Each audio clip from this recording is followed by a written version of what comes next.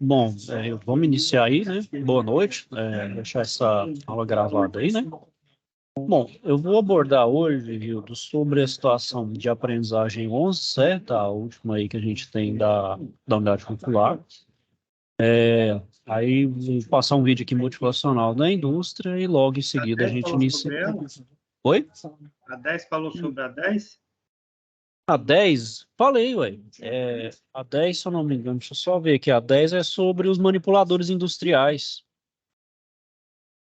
Aquele que é o desenvolvimento de controle de manipulador que transporta chapas de aço para processamento em uma fresa CNC. Ah, tá. É que eu falei da aula passada, né? Aí eu vou passar então o vídeo aqui e a gente inicia logo em seguida. Ok.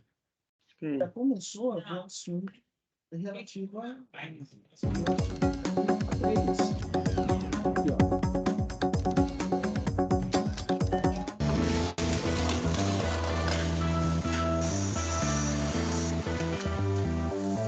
Quando pensamos no futuro da indústria, geralmente nos vem à mente a imagem de máquinas e de robôs substituindo o trabalho do homem.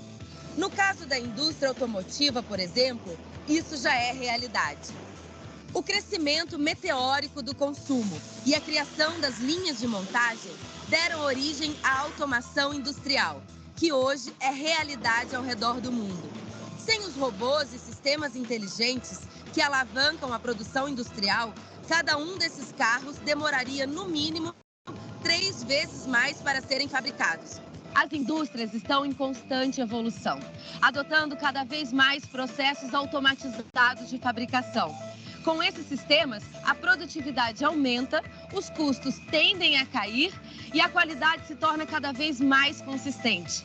E no meio de toda essa engrenagem, o trabalho do homem continua sendo fundamental. Os tecnólogos em automação industrial são profissionais extremamente capacitados, que constroem, controlam e aprimoram essas máquinas. O tecnólogo em automação industrial é uma peça-chave em uma linha de produção automatizada como essa.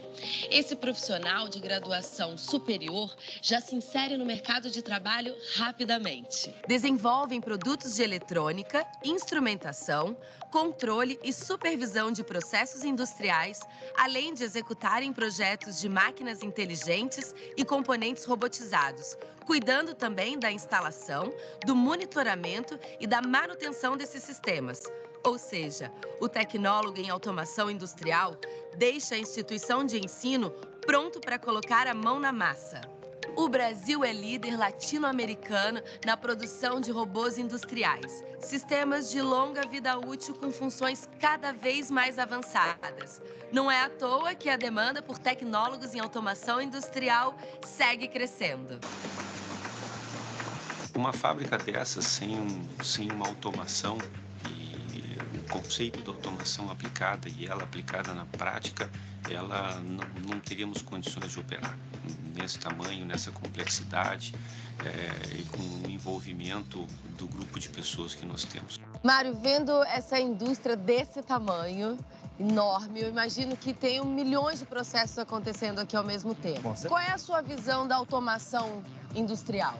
que é um processo completamente automatizado na mão de operadores numa célula de controle, que é a nossa sala de controle. Poucas pessoas interagindo na área, não estão expostas a risco, né? E a automação te gerando os números, o controle e, com isso, uma produtividade excelente que a gente, com certeza, vai atingir um pouco em pouco tempo. Nossa! Tá parecendo a NASA isso aqui. Se tu te remete a um tempo passado, o operador tinha que estar na área e, como são muitos equipamentos e muitos processos, tu não tinha isso full time, né? Ou online como é hoje. Hoje tu tem cada processo, cada etapa do processo, desde o início até o fim, monitorado. E o que está acontecendo em cada painel desse aqui que a gente está vendo? Cada painel tem a sua equipe que está controlando uma parte do processo. E bota processo nisso. Tudo começa na plantação de eucalipto, que chega no pátio da empresa como toras. Depois, elas são tratadas e picadas para que a fibra da celulose seja extraída. a produtividade e a qualidade dessa produtividade, ela é extremamente controlada, né? Por quê? Porque a automação está fazendo esse link entre a instrumentação, a mecânica, a elétrica, todos os contextos de especialidades, elas estão sendo monitoradas e controladas pela automação. Resumindo, a automação está no controle de tudo. Na velocidade das bombas, fluxo da fibra, temperatura, espessura de folha e um monte de processos. Então lá a gente praticamente não vai ver ninguém trabalhando, só máquina. Só a máquina, exatamente. A máquina realizando o seu trabalho e as pessoas estão trabalhando aonde? Na sala de controle. Lá naquela sala de controle. Exatamente.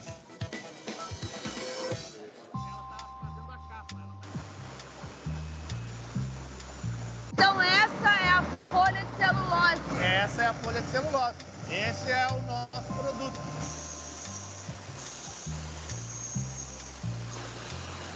Daí para frente, o produto é embalado e colocado em fardos, ou seja, está pronto para sair da fábrica.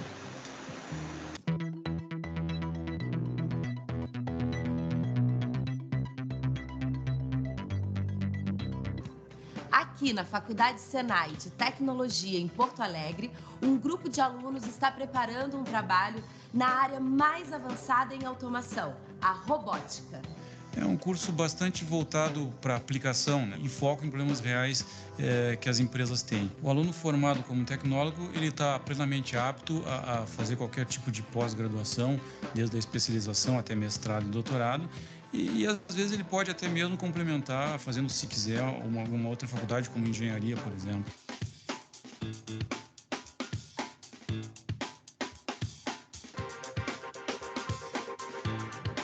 Eu escolhi a automação industrial porque ela abrange a área da eletrônica, da mecânica, da informática, tudo numa coisa só.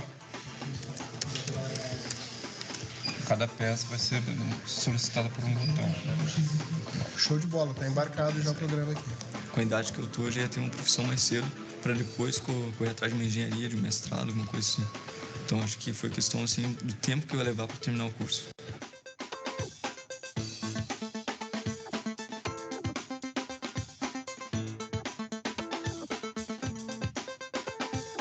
No passado, um robô atuando na indústria era uma raridade.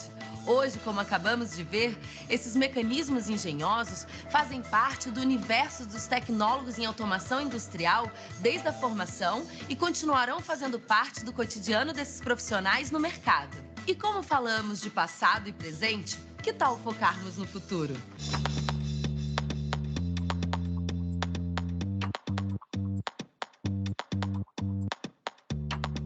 Além de facilitarem as operações das indústrias, as tecnologias de automação também geram sistemas mais eficientes e inteligentes para o nosso dia a dia, como é o caso da medição de energia.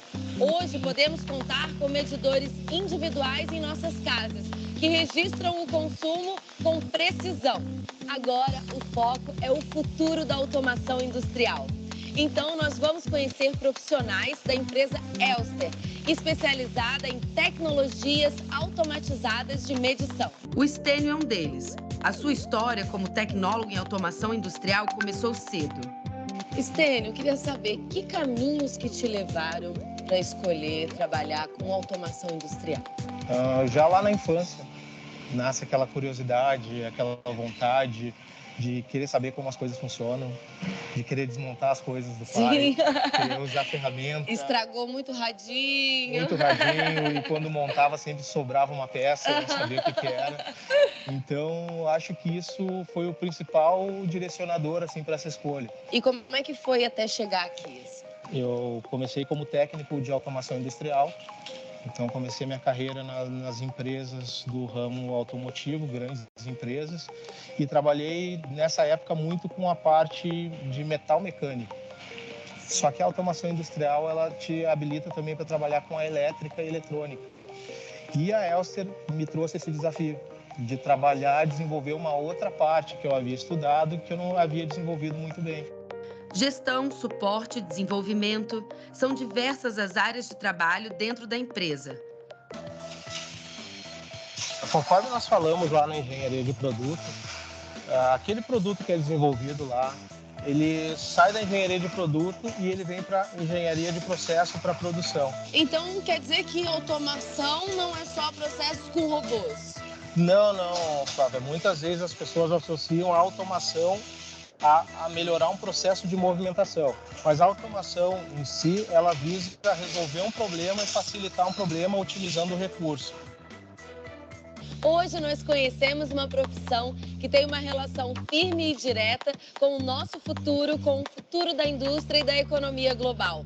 Os tecnólogos em automação industrial ainda vão desenvolver tecnologias que agora parecem impensáveis, como os robôs já foram um dia.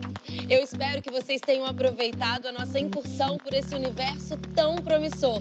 Um beijo, até o próximo programa. Tchau!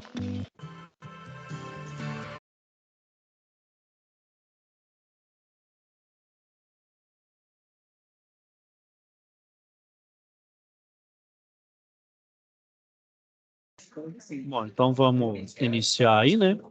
Deixa eu só compartilhar de novo minha tela aí. Bom, então a situação de aprendizagem é essa daqui, né? Então, a exposição de um estudo de caso sobre a aplicação de servomotores, né? Vamos ler aqui e ver o que se pede, né? Vamos lá, Rubem. Oi, Ana, tudo bem? Eu vou bem e ando às voltas com os diversos tipos e formas de controlar um servomotor. Legal, estou desenvolvendo uma pesquisa sobre as principais aplicações de servomotores e as principais funções programáveis em um servodrive. Puxa, que legal. Depois compartilhe as informações que você pesquisou, que também quero aprender sobre esse assunto, com certeza. Sabe, além dessa pesquisa, terei que realizar uma pesquisa sobre as máquinas CNC e sua relação com o controle de servomotores. Por que você vai pesquisar sobre isso? Porque devo encontrar um servodrive para realizar as configurações necessárias para um equipamento que possui um CLP e ele deve realizar o controle de um servomotor através das entradas digitais 1, 2 e 3 do servodrive, assim como a entrada analógica 1. Veja as configurações do tipo do motor que terei que realizar. Então, indicar o modelo correto ao servoconversor, configurar a entrada digital 1 com a habilita drive, a entrada digital 2 para servomotor e a entrada digital 3 deve indicar o sentido de rotação. A entrada analógica 1 deve fornecer ao servodrive a indicação de posicionamento a ser movimentado. A velocidade do servomotor deve ser de 1.200 RPM com uma rampa de aceleração de 30 milissegundos e uma rampa de desaceleração de 15 milissegundos. Após uma avaliação do conjugado mecânico, verificou-se que a cada 3.600 voltas do motor equivale, então, a 10 volts na entrada analógica. Puxa, quanta coisa para fazer, é verdade, mas estou empolgado com essa atividade porque quero aprender a fazer esse tipo de configuração. Eu também estou participando de um fórum de discussão sobre as configurações que realizei e as principais aplicações dos drives servomotor, ficando a minha decisão. Bom, então, a etapa 1 aí, né, vocês vão fazer, então, uma pesquisa sobre aplicações e dimensionamento de servomotores. Para fazer essa pesquisa aí, pessoal, vocês podem estar utilizando como base o livro didático, né? Então, aqui seria o último, esse volume aqui, né, do livro didático. Só indicar a página para vocês aqui, só um minutinho. Bom. Vamos lá. Recorrendo ao índice.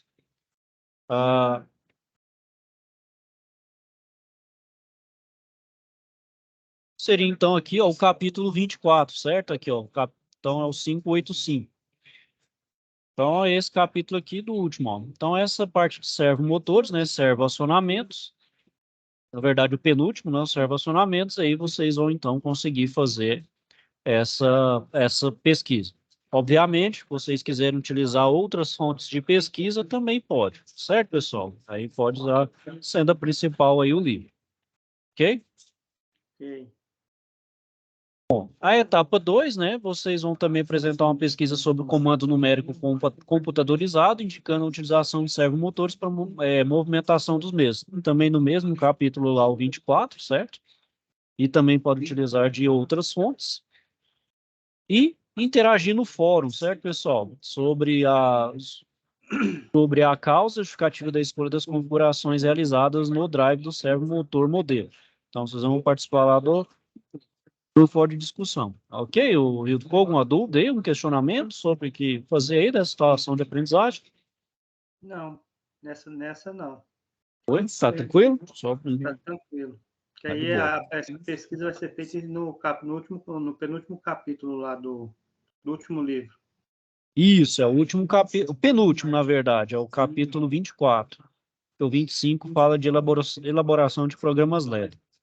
É esse capítulo aqui, 24, servo-acionamento, tá vendo? É todo ele aqui, ó, vai da 585 até a página 605. Tá vendo? É 20 páginas. São 20 páginas aí, mas é uma leitura bem tranquila, ela não é carregada, ela é bem fácil de fazer, você consegue fazer uma boa pesquisa e consegue ter uma boa base. Obviamente, se você achar necessário fazer alguma complementação, adicionar alguma coisa, também pode ficar à vontade, pode fazer, não só pode, como deve também fazer essa adição aí de conteúdo. Certo? Bom, Certo. então vamos falar aí dos servo-acionamentos, né? Bom, o que são servomotores, né, pessoal? Então é muito utilizado para sistemas aí que eu preciso, os motores são motores aí que a gente precisa usar para ter uma precisão de localização, de movimentação, né? Então ele é composto de dois componentes, o servo conversor e o servo motor. Então, eles recebem comandos através da rede industrial conectada, por exemplo, a uma placa programada com o CNC, né? Então, por exemplo, a principal aplicação que a gente tem é justamente nos equipamentos CNC. Que, por exemplo, para fazer a fabricação de uma peça, seja por CNC ou torno, esse meu servomotor, então, tem que ter precisão, né, para ele poder, então, por exemplo, fixar a ferramenta na posição correta para fazer a retirada de cavalo e de material ali para fazer conforme o meu desenho ou conforme o comando que eu mandei na minha máquina CNC. Bom, porém, né, pessoal, não se limita só à placa CNC. A gente sabe também que tem as impressoras 3D, né, na manufatura aditiva e algumas outras aplicações que precisam de precisão de movimentos aí, né? Então, cada automação, né, pessoal, vai ter as particularidades tecnológicas, vai caber ao profissional que está desenvolvendo automação utilizar essas soluções ou não. Bom, então, servomotores, né, pessoal, a gente tem ele CC, né, corrente contínua, vão ser compostos, então, por um par de ímãs, campo ou armadura e um rotor. Tem vários tipos, né, então vamos ver aqui os principais. A gente tem o de controle de campo, né, então ele vai funcionar com um campo controlado e armadura com corrente constante. Tem o de controle de armadura, então ele vai trabalhar com corrente constante no campo e o sinal é amplificado para a armadura. O de campo permanente, então são pequenos motores de baixo torque, com um campo de ímã permanente para fornecimento de excitação constante, no lugar de uma fonte constante. E o série de campo dividido. São pequenos motores que são disparados com controle independente. Obviamente, pessoal, cada aplicação, dependendo ali da precisão, pode utilizar um ou outro servomotor. Bom, então, iniciando pelo servomotor, com rede contínua com controle de campo, então ele vai manter um sinal de tensão proveniente do servo conversor constante sobre a armadura. Então, aqui eu tenho o sinal, né? Tem um amplificador, aí ele me gera um campo pela bobina, a fonte de corrente aqui constante e junto aqui com a sua carga, né? Ou seja, vai fazendo essa modulação da carga aí através do meu sinal ali, por exemplo, do comando que vem, por exemplo, de um CNC ou de qualquer outra parte, né? E além, obviamente, da minha fonte de tensão.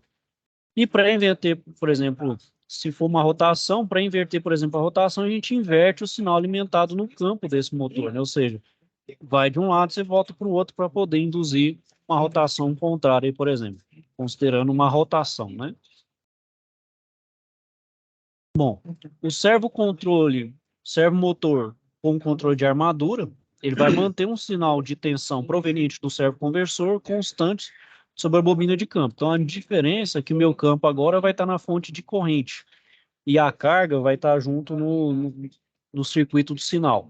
Então, a diferença, por exemplo, de construção do controle de campo com o controle de armadura. Então, meu campo vai estar na minha corrente, na minha fonte de tensão aqui. Então, né, pessoal, a realização, por exemplo, desse tipo de controle vai ter certas vantagens dinâmicas o controle de campo, né? Então, está relacionado então, à velocidade rápida de resposta no controle do torque, né? Ou seja, cada um vai ter suas peculiaridades, obviamente com suas vantagens e desvantagens. O servomotor corrente contínua de campo permanente, né, com controle de armadura, então nesse caso eu já não tenho aqui com a minha fonte de tensão, aí vai estar com imã permanente aqui, né? Então ele vai possuir um imã permanente para fornecer então a excitação do campo constante, justamente para fazer o giro, né? E, e os dois ímãs então vão circuncidar completamente a armadura formando o campo, ou seja, pode fazer uma inversão de polarização para fazer a inversão de uma inversão de giro aí, por exemplo, né? E também para controlar a velocidade desse torque, né? E é feito o controle da velocidade do torque é feito através da tensão da armadura, né? Então, minha tensão vai fazer essa modulação de velocidade e torque. Bom, o servomotor CC série com campo dividido, né? Então, ele vai possuir um enrolamento de campo principal e o outro auxiliar, né? Então, a gente agora vai ter o enrolamento, como se fosse no primeiro que a gente mostrou, que ele vai fazer essa modulação. E esse tipo de motor, então, vai ter uma resposta mais dinâmica da armadura e um controle mais fino em seu movimento, ou seja, os dois campos aqui vão fazer um controle mais refinado, tanto da minha velocidade quanto do meu torque, né? Então, vamos dizer assim, ele é mais preciso, né? Bom, além dos servomotores de corrente contínua, a gente também tem os de corrente alternada, que são os assíncronos, né? São parecidos com com os motores trifásicos gaiola de esquilo comum. Nesses servomotores, né? Então, o controle da posição mecânica do rotor, então, vai ser de extrema importância, pois é desse controle que vem a precisão do servomotor. É, portanto, então, necessário, né? O uso de sensores de detecção de posição. Então, por exemplo, a gente tem um de 2 enrolamentos, que é o tipo de servomotor mais comum. Ele vai utilizar, então, de 2 fases e 2 enrolamentos. O relé de controle, ele vai empregar, então, um relé sensível à fase. O de caneca, são servomotores de baixo torque. E o de caneca com motor magnético, são pequenos motores que são disparados com um controle independente. Bom, então serve um motor de 2 enrolamentos, né? Então ele é o tipo mais comum. Ele tem 2 enrolamentos do estator defasados a 90 graus, ou seja, estão posicionados a 90 graus um do outro. Então a gente tem um enrolamento de controle e o de referência para fazer justamente e o rotor em curto para fazer então essa questão da precisão aí do meu giro do meu rotor, né? Tanto de velocidade quanto de torque, né? Esse tipo aí, né, pessoal, então ele vai ser o mais eficiente, pois o sinal ele é diretamente amplificado para o rolamento, por enrolamento. Então, assim, é possível ter então, mais sensibilidade na resposta do sinal, ou seja, como é direto, eu consigo então fazer o controle dessa carga, eu consigo então fazer um melhor controle de velocidade e torque. Lembrando, né, pessoal, basicamente, fazer controle, servomotor faz controle de velocidade e torque, né, e também de posição, né. Esse, então, é o controle alternado, o servomotor corrente alternada de relé de controle. A gente tem, então, esse esquemático aí do servomotor bifásico do tipo polo ranhurado, com 2 enrolamentos. Ele vai empregar um relé sensível à fase que vai acionar seus contatos, onde produzirá um curto-circuito nos enrolamentos, então, a fim de desenvolver rotação.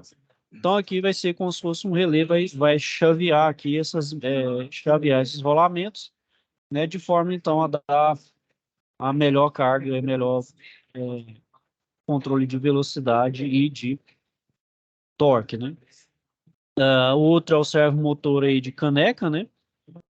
Ele é um servomotor, então, de baixo torque. Então, ele é mais para motores com baixo torque. Então, ele vai ter um rotor caneca não magnético, um enrolamento do estator e eixo mancais. Então, devido à sua baixa inércia, né, pessoal? Por consequência, seu baixo torque, né? Ele vai ser capaz de iniciar a partida com pequenos sinais aplicados no seu enrolamento de controle, ou seja, ele vai necessitar de uma baixa corrente de partida, né, em relação aos demais tipos de servomotor.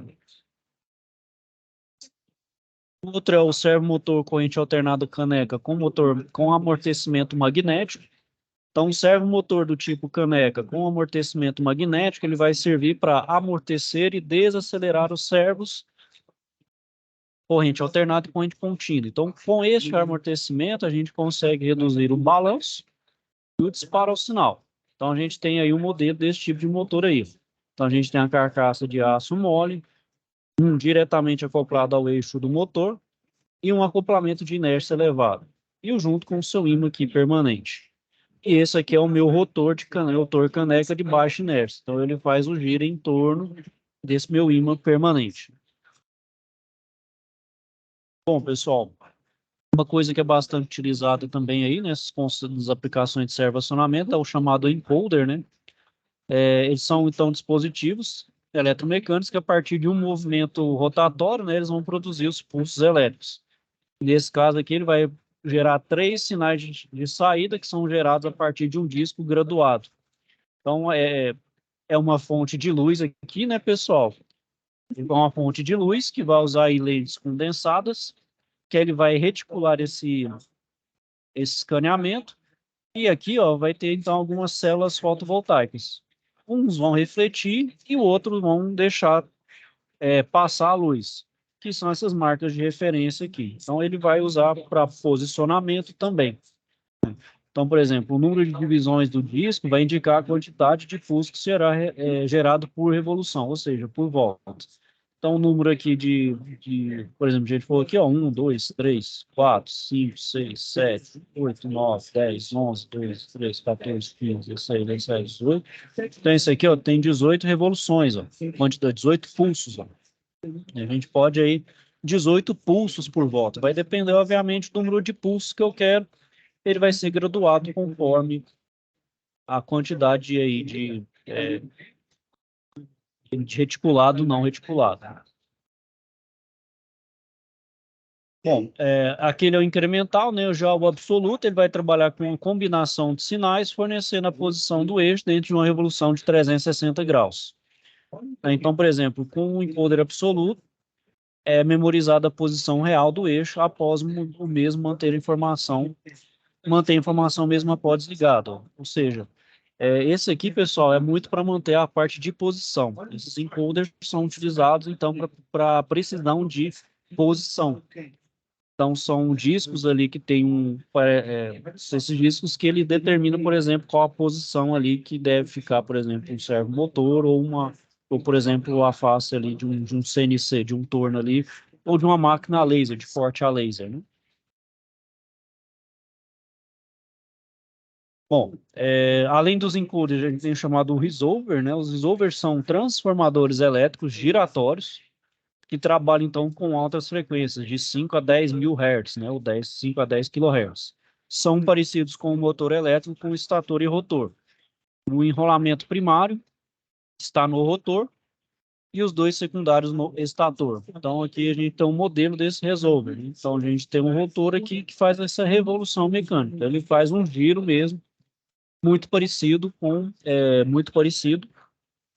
o motor, só que, obviamente, né, pessoal, utilizando um condicionador de sinal e também a parte de excitação de alta frequência, justamente porque é para ser um motor mais preciso, né, com um giro mais de velocidade variável e controle de torque também.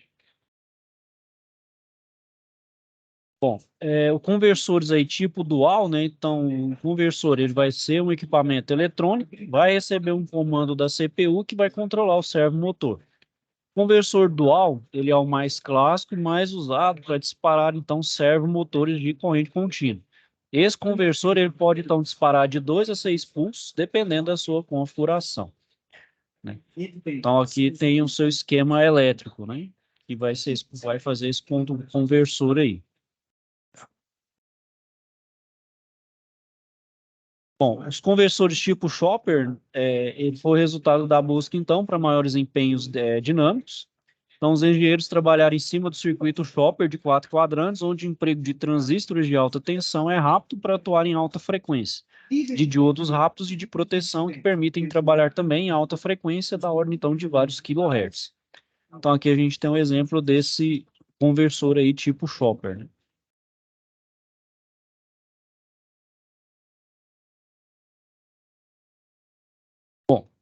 Então, sobre a programação também dos servoconversores, né, pessoal? Então, a principal vantagem desses servoconversores, né, é fazer a rápida e simples parametrização possibilitada através, então, do seu controle manual ou através dos programas de controle. Então, tanto os programas quanto o controle manual vai permitir selecionar o modelo específico do servomotor utilizado, sua tensão de alimentação, sua rotação nominal e rapidamente fornece ao usuário uma otimização das melhores características do servomotor utilizado. Então aí, né, pessoal, a gente vai ver aí um servomotor para movimentar o eixo X da mesa de um manipulador. Então, como a gente faz a parametrização de um controle do movimento, por exemplo, do eixo X? Então, tem essas parametrizações que vai depender aí do fabricante, mas essas aqui são chamadas universal, vai depender da marca aí. Então, a parametrização P006 vai alterar a senha para acesso aos parâmetros. Isso é por questão de proteção, né, pessoal? E para não ir restringir mesmo questão de acesso, né, do servomotor da sua programação. Parâmetro P032 e para realizar um controle remoto das ações do servomotor é necessário configurar o endereço da entrada digital do drive, que será usado, e a função na qual esta entrada vai exercer sobre o drive. Então, como exemplo, a gente cita o habilita, desabilita, sentido de giro, modo de operação e outras características dessa habilita entrada digital. O parâmetro P027 vai estabelecer o sentido de giro, e ele pode ser configurado pelo drive ou selecionado remotamente pelas entradas digitais ou através de uma entrada de redes industriais. O parâmetro P015, ele vai estabelecer a velocidade de deslocamento e pode ser configurada diretamente no drive do servomotor. Então, com esse tipo de configuração, a velocidade é constante. É possível ainda configurar várias velocidades utilizando as entradas digitais ou analógicas do drive. O parâmetro P007, que é a habilitação do servo, então ele vai habilitar ou desabilitar o servomotor pelo drive, e o P028 é o tipo de controle. Né? Por exemplo, pode colocar no modo velocidade. Ele é uma das configurações mais importantes. Através dela aí, né, pessoal, vários outros parâmetros vão necessitar ser ajustados baseado no tipo de controle. Normalmente é possível configurar, então, 3 métodos de controle, por toque, velocidade e posição. Bom, então, né, pessoal, sobre a parametrização de sentido de giro, né, então a gente consegue alterar o sentido de giro do servomotor remotamente ou configurar diretamente no servomotor.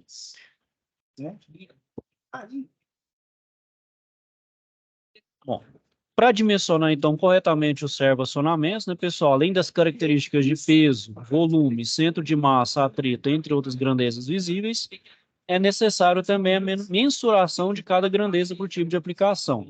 Ou seja, no motor tradicional que a gente usa, de indução trifásica, vamos dizer assim, é um pouco mais simples de dimensionar. Aqui, como a gente está lidando algo que a gente vai lidar com precisão, com controle maior de velocidade e torque, então a gente vai ter que levar, então, algumas características a mais, como o peso, volume, centro de massa, atrito, entre outras coisas. Então, primeiro, né, pessoal, eu vou planejar o torque, né, uma análise quantitativa dos torques. Depois, a velocidade de rotação. Então, a velocidade pode ser chamada de frequência angular, né, porque vai estar velocidade rotativa, né, dada em rotações por segundo ou rotações por minuto. Com o valor dessa velocidade, é possível saber o deslocamento ou o tempo da carga em um sistema de servoacionamento. A velocidade, pessoal, é dada, então, pela relação da frequência do conversor em hertz e a metade do número de polos do motor. E também fazer uma análise quantitativa de riscos, né? E, além desses dois, a potência, né? Então, no caso de servoacionamento, a potência é o produto do torque pela velocidade angular. Essa potência, então, não pode ser confundida com a potência elétrica. Essa aí, pessoal, é a potência mecânica, tá? A potência que dá ali é aquela potência mecânica dada na ponta do eixo. A elétrica é aquela que é fornecida para girar o servomotor. Então, é um outro cálculo que se faz aí. Então, como a mesma é encontrada através do torque e velocidade, pode-se dizer que é uma potência mecânica. A gente sabe que aquela potência elétrica, ela tem envolvimento direto com a variável de corrente, né? Corrente ela é o principal variável de influência, por exemplo, do torque elétrico, né? Potência elétrica, perdão. Bom, então, outra parametrização que a gente faz, né, pessoal, que é o do torque. Então, no modo torque, né, o servo-conversor ele vai funcionar somente em loop de corrente, mantendo o torque constante, né? Ou seja, vai só modular a corrente de forma a manter o torque constante. A velocidade vai variar em função da carga, sem controle algum por parte do servo-conversor. O servo-conversor vai manter a corrente constante, no qual você terá que programar no drive a referência de corrente do servo usado. Então, este valor pode ser recebido também via entrada analógica ou redes industriais. Então, aqui a gente tem aí o controle, né, pessoal? O controle eletrônico aí feito aí, óbvio, por retroalimentação.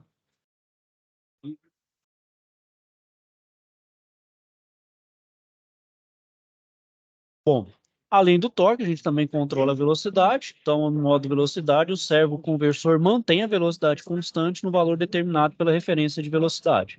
Este modo em loop de velocidade está sobreposto ao de corrente. A corrente, nesse caso, ela vai variar em dependência da carga, né? Ao contrário do torque, né? Que a minha corrente ela vai ser constante, né? E aqui, então, tem o meu controle da minha velocidade aqui, né? Com uma retroalimentação. Então, por exemplo, a gente tem um gerador de rampa aqui, né? Determinado pelo parâmetro P047. Aí eu tenho o meu offset, né? Então, aqui eu tenho um PID, que é um controlador de velocidades. Vai ser controlado pelos parâmetros P08, 059, 060 e 061. Vai ter um loop de corrente. Aqui, então, tem um controle e vai ter o feedback, né? Para justamente fazer o estimador de velocidade com os ganhos, né? PD 62, 68, 69, com os parâmetros P070 e P071. E com isso, então, faz o meu looping aqui, meu feedback, para manter o set point, né? No caso aí de velocidade. Bom, além do torque e da velocidade, eu também posso colocar o tipo de controle do posicionamento. Então, no modo posicionamento, o servo-conversor vai manter a posição constante no valor determinado pela referência de posição.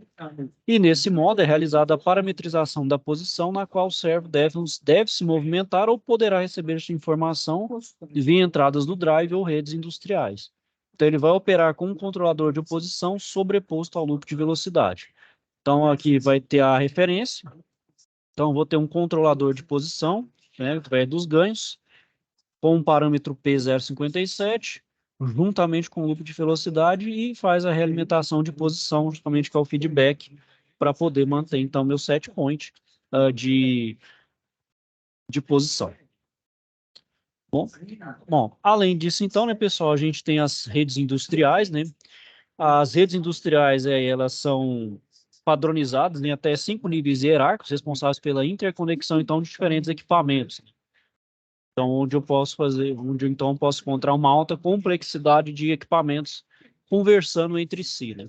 Então, os níveis mais altos, que é o 4 e 5, são geralmente os que interligam os equipamentos, responsáveis pelo planejamento da produção, controle de estoque, estatística de qualidade, previsões de vendas, entre outros. Bom, então, né, pessoal, a gente tem essa hierarquia aí de nível, né, a pirâmide de hierarquia das redes que a gente tem na indústria, né? Obviamente, né, a gente encontra na indústria 4.0, então, à medida que a indústria foi se desenvolvendo, ficando complexa e também com automação mais empregada, obviamente, então, aumentou esse nível, né? Então, a gente hoje tem 5 níveis aí dessa pirâmide. Então, o nível 1, né, pessoal, a gente tem, vamos dizer assim, aqueles mais basilares, são o nível das máquinas, dispositivos e componentes da planta. Então, é todo aquele maquinário que isoladamente ali forma a minha planta, né? Então, são os dispositivos de campo, sensores e atuadores, sensores digitais analógicos. Então, aqui, ó, nessa camada de rede, a gente usa a Field Bus H1, a CAN, a Profibus DP-PA, a rede HART, a SL, Works e a Interbus. Passando para o nível acima, já o nível 2 é o nível de controle, então onde vão os equipamentos que vão executar o controle automático das atividades da planta, ou seja, esse nível de controle vai interligar as mais elementares, né? Os sensores e os dispositivos de campo, que aí são os PLCs, os computadores e os dispositivos SCADA, né? Então, nesse nível de protocolo, a gente tem as redes ControlNet, Profibus FMS e a Fieldbus HSE. Um nível acima do controle aí, a gente vai ter o de supervisão, que aí são os supervisórios, né? Que vai permitir a supervisão do processo. Então, vai possuir banco de dados, né, pessoal, com informações relativas ao processo. Então, ele já abarca uma complexidade maior. Então, a gente vai ter os workstations, né, os computadores e as IHMs, né, que são os supervisórios aí, né. E acima, então, nessa rede, a gente tem a Ethernet, a MAC e a TCP/IP. Subindo um nível acima, a gente tem o nível 4, que aí agora é de gerenciamento de planta. Então, ele vai ser responsável pela programação e pelo planejamento da produção, realizando controle e logística de suprimentos, ou seja, já realmente vai ficando uma visão bem mais macro do meu processo. Então, se vocês observarem aí, vai do meu nível mais baixo, vamos dizer, do nível micro, ou chegando a um nível macro mesmo, como se você vendo de cima mesmo todo o meu processo. Isso do ponto de vista hierárquico, né? Então, nesse nível 4, a gente vai ter os workstations, gerenciamento de planta, e como camada, né, a gente vai ter a Ethernet, a MAC e a TCP/IP de protocolo.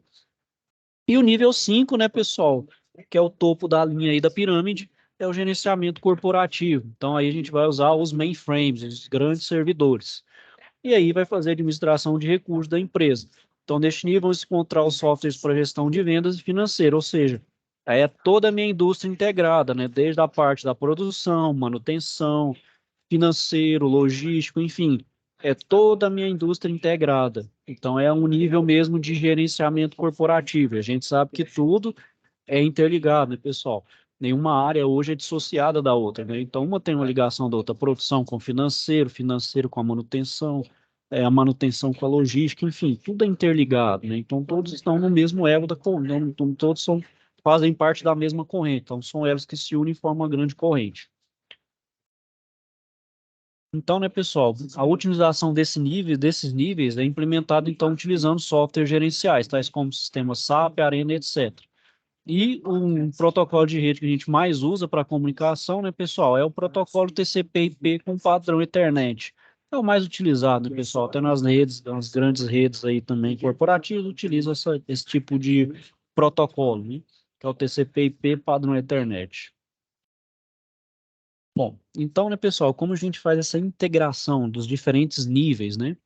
Então, cada nível hierárquico da rede industrial vai ter, então, diversos componentes e produtos de software que vão realizar a integração entre eles através dos protocolos, né? Que a gente sabe, né, pessoal, que cada empresa aí vai ser responsável por um equipamento, por uma infraestrutura. Então, para por mais que sejam padronizados esses softwares, né, principalmente os softwares e os hardwares sejam padronizados, mas são feitos por empresas diferentes. Então, vamos dizer assim, eles vão falar um pouquinho diferente. Então, para estabelecer essa conexão, estabelece, então, os protocolos. Os protocolos é como se fosse mesmo uma espécie de um idioma. O idioma padronizado de forma que os equipamentos diferentes marcas conseguem conversar entre si sem ter nenhum problema de conflito ou de perda também dessa comunicação. Então, né, pessoal, a rede industrial, a gente sabe, é composta pelos diversos equipamentos, como CLP, como os computadores, inversores de frequência, sensores, atuadores e outros equipamentos e software. Então, como a gente viu lá, né, no nível 1 são os equipamentos mais básicos, né, os basilares, os equipamentos e os sensores, né, instrumentos de laboratório. Aí o nível 2 eu integro eles através de IHM, CLPs, instrumentos de análise de instrumentação. Aí eu, por sua vez, eu integro esses equipamentos do nível 2 no nível 3 aí, né? Por também IHMs, compliance aí, né? Lotes, né? Computadores, né? Workstations e servidores. O nível 4 aí são chamados aí os switches, né? Receptores, né? As grandes infraestruturas de rede, né? Obviamente, com um software correspondente. E acima, né? Que é aquele nível hierárquico maior gerencial, que aí são aqueles software de ERP, SAP, TOTVS, né? Entre outros aí.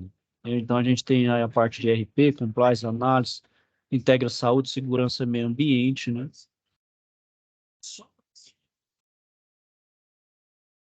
Bom, então, como são feitos, né, pessoal, a arquitetura das redes industriais. Quando a gente fala aí de arquitetura, né, pessoal, como esses equipamentos fisicamente se encontram, como eles são conectados uns com os outros, né?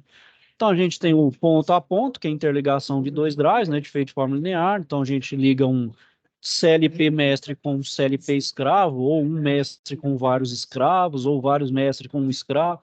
Ou seja, vai depender muito de como a gente dispõe, mas é simplesmente ligado ponto a ponto, um do lado do outro, vai ligando, né?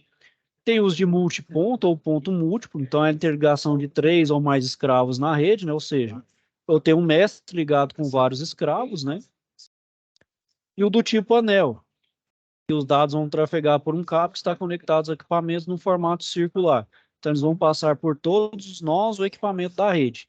E o fluxo da informação é unidirecional, ou seja, vamos supor aqui, né? Vamos supor que a minha IHM manda por inversor, manda para o CLP, ou seja, é feito sempre em um sentido. Por mais que estejam ligados aqui de forma a pensar que tem duas vias de fluxo de informação, mas sempre em um sentido único. Se vai para um lado, depois ele vai pelo outro. Com os dois ao mesmo tempo aí, né? Tem um tipo estrela, né, pessoal? Então, essa rede não vai necessitar de uma posição específica e não tem um padrão definido de ligação. Ele, então, vai estar relacionado à identificação dos módulos na rede através de um endereçamento. Então, ele vai ser do tipo estrela, meio que vai interligado como se fosse um em comum que vai orbitar os demais componentes, né? Então, por exemplo, tem um CLP aqui que integra com outro CLP, integra com um EHM, integra aqui com um inversor, integra aqui com um computador. Então, aqui é do tipo estrela, né? Como se fosse ter um central que liga para os demais, ramifica, né? Tem o do tipo barramento, então são ligadas de uma forma que na extensão do cabo interligam os equipamentos. E cada equipamento vai ter um endereço na rede. Aí são chamados IPs, né, pessoal? Assim como numa rede de computadores convencional, cada equipamento aqui, obviamente, vai ser considerado um equipamento, vai ter um IP, como se fosse um CPF próprio, né, que identifica aquele aparelho, né? Então, aqui, ó, esse é o barramento. Então, liga um aqui, você pode ter um barramento que vão interligar vários um aqui, um do lado do outro, né?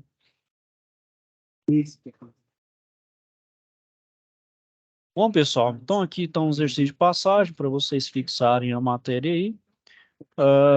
Tem alguma dúvida aí, algum questionamento com relação a essa SAP ou as demais? Uai, com essa não, tem com a 9. A 9? A Que 9 é aquela seletora para jogar para o manual e para o automático.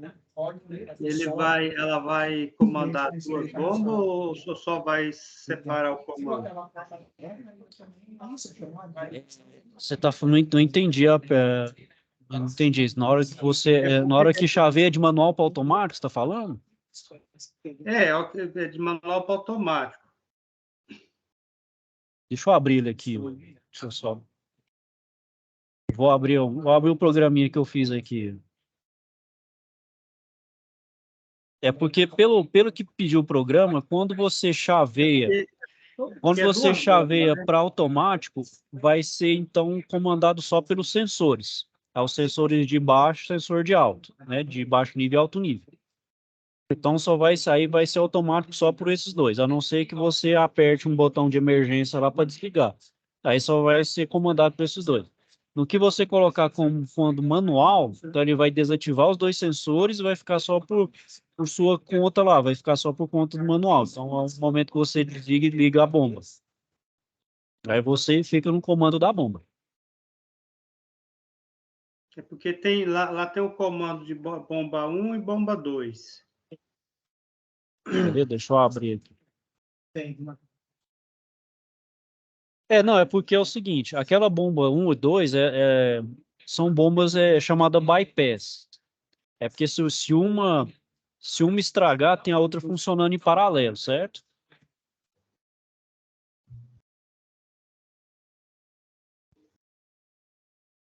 Então você vai ligar uma no modo manual ou a 2 no modo manual, né? Vai depender. Elas vão, vai trabalhar em paralelo, mas não necessariamente as duas vão atuar juntas, né?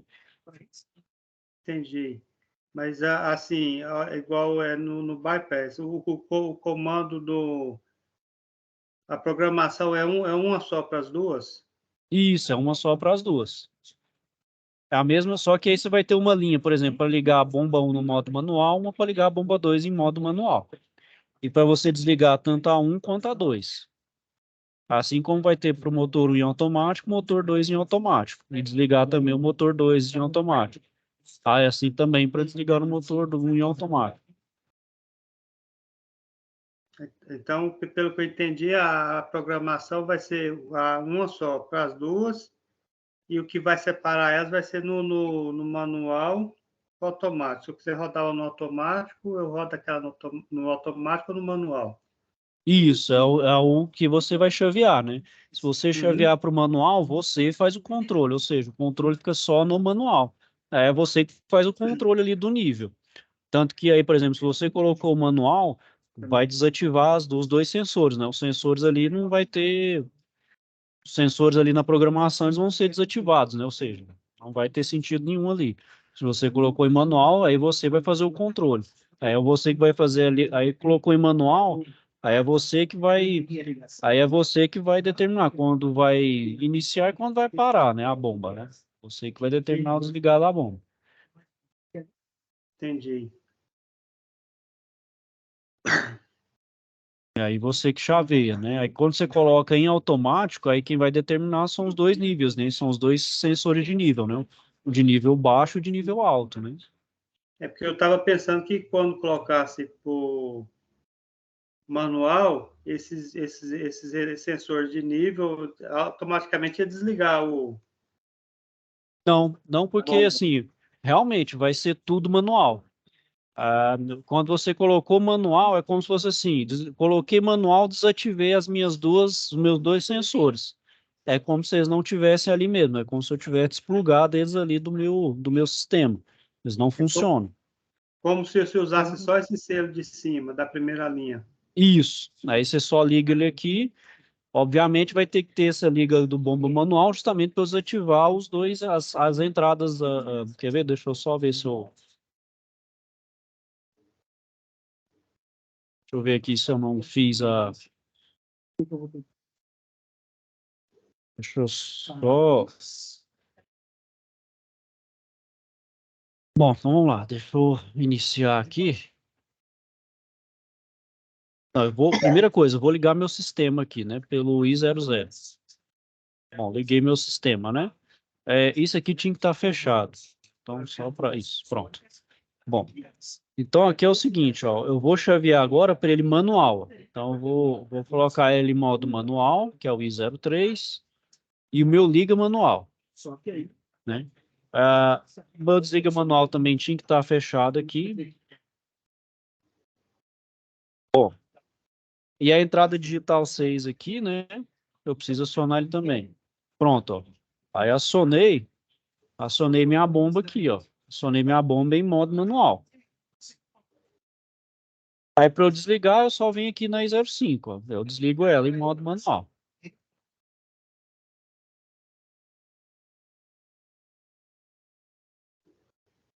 Então aqui, ó, eu vou tirar meu modo manual, vou desligar ele, ó. Eu vou no I05 aqui, ó. Desliguei meu modo manual.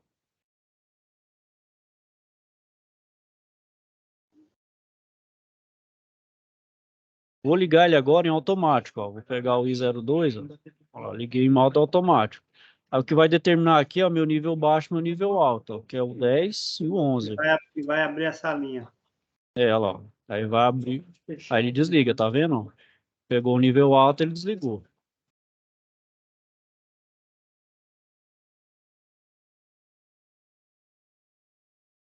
Pegou aqui, ó, o 10 e o 11, lá, tá vendo? Energizou. Era para dar o reset aqui, não sei por que não deu. Era para desligar aqui, mas tudo bem. Certo, Will? Certo. Acho que aqui estão umas falhinhas aqui que eu acho que eu vou ter que corrigir elas aqui. Que era para ficar normalmente fechado, deixei normalmente aberto. Uma correçãozinha na lógica, mas o raciocínio aqui, ele está certo. Então, eu preciso aqui a memória do sistema, vou colocar ele em modo manual. Aí eu vou ligar o modo manual, né? Ou seja, só chavear para o modo manual. Aqui é só uma chave. Aí eu ligo ele, né, manualmente, assim como vai ter o desligue, as entradas, né, para dar a saída aqui, que é a minha bomba 1. Aí esse aqui é meu intertravamento, essas entradas aqui é para intertravar, por exemplo, a minha bomba 2, tá vendo? Que aqui é da bomba 2, né? Ó, entrada digital da bomba 1 e entrada digital da bomba 2. Para as Então, duas não entrar ao mesmo tempo. isso, para as duas não entrar ao mesmo tempo, porque elas são bypass, elas não é para ser acionadas ao mesmo tempo. Né? E aqui, obviamente, é a saída da minha bomba 2, né? Que aí também sai intertravado. Certo? Certo. Com alguma dúvida aí, questionamento? Não, a minha dúvida era só essa. Mesmo? Não, aí, qualquer dúvida que você tiver, então, você pode me procurar, ok, Hilton? Ok. Então, eu vou finalizando a aula aqui por hoje. Vou desejar aí a você, então, uma boa noite, ok? Fica com Deus e até a próxima. Boa noite. Com Deus. Até a Tchau. próxima. Até a próxima.